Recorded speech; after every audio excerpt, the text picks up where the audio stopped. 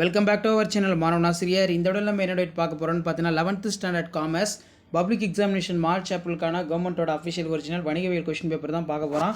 So வரக்கூடிய public எக்ஸாமினேஷனுக்கு 11ஆம் வகுப்பு மாணவர்கள் இந்த கொஸ்டின் பேப்பர்லேருந்து கொஸ்டின்ஸ் எல்லாமே அப்படியே ரிப்பீட் ஆகும். மொத்த மதிப்பெண் 90 மதிப்பெண்.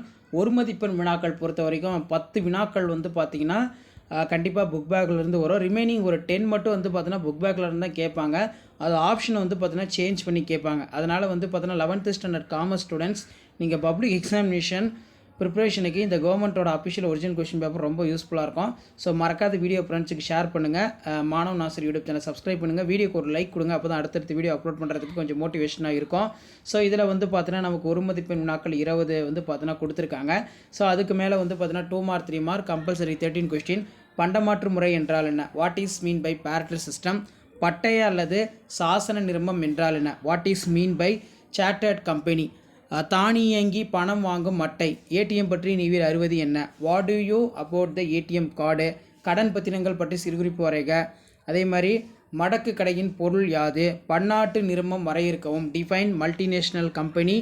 நெக்ஸ்ட் வந்து பார்த்திங்கன்னா நாணய உறுதி கடிதம் என்றால் என்ன? சட்டம் என்றால் என்ன? What is law?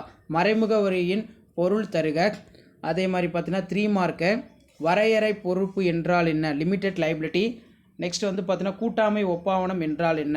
What is meaning the partnership deed? பொதுக்கழகம் என்றால் என்ன? ரிசர்வ் வங்கியோட பணிகள். What are the function of RBI? Classify the source of business finance of the basic period. உள்நாட்டு வியாபாரத்தின் வகைகள் யாவை? விளக்குக. What are the type of internal trade of? Explain. மறு ஏற்றுமதியின் சிறப்பு கூறுகளை விவரிக்கவும். Explain the futures of. அடுத்து பார்த்தீங்கன்னா பயிர் காப்பீட்டின் பொருள் தருக. Give the meaning of crop insurance. நபர் என்ற தொழில் யாரெல்லாம் அடங்குவர்? அதே மாதிரி இந்து கூட்டு குடும்ப தொழிலின் சிறப்பியல்புகள் ஏதேனும் 3 விவரிக்கவும். அடுத்து பார்த்தோன்னா நமக்கு 5 மார்க்கு 7 × 5 35. காமர்ஸில் கண்டிப்பாக அந்த கொஸ்டின் எல்லாமே வந்து பார்த்தீங்கன்னா கேட்பாங்க. 11th தனியார் வணிகத்தின் சிறப்பியல்புகள் யாவை? கூட்டுறவு சங்கங்களின் வகைகள் யாவை? அதே மாதிரி செயல்முறை விதிகளின் அடங்கியுள்ள பொருளடக்கங்கள் யாவை? What are the content of article association? Explain the different type of warehouses. அடுத்து பார்த்தோன்னா பல்வேறு வகையான குறுகிய கால நிதி ஆதாரங்களை விளக்குக.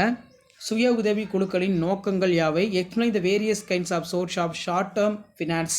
What are the objectives of self help group? சில்லறை வியாபாரிகளுடைய பண்பு நலன்கள் ரொம்ப முக்கியம். அடுத்து பார்த்தீங்கன்னா கப்பல் ரசீதிற்கும் கப்பல் வாடகை முறிவிற்கும் உள்ள வேறுபாடு நல்லா படிச்சுக்கோங்க. நெக்ஸ்ட் வந்து பார்த்தீங்கன்னா நமக்கு கீழே வந்து கொடுத்துருக்காங்க. உலக வர்த்தக அமைப்பின் நோக்கங்கள் பார்த்துக்கோங்க. சரக்கு மற்றும் சேவை வரியோட வரிகள். சட்டப்படி செல்லக்கூடிய ஒப்பந்தத்தின் இன்றியமையாத கூறுகள். கூட்டாமை ஒப்பந்தத்தின் உள்ள உள்ளடக்கங்கள். நெக்ஸ்ட் வந்து பார்த்திங்கன்னா ஏட்டுக்கடன் முகாமையின் சிறப்பியல்புகள். வணிகத்தின் தடைகளை கூறுக.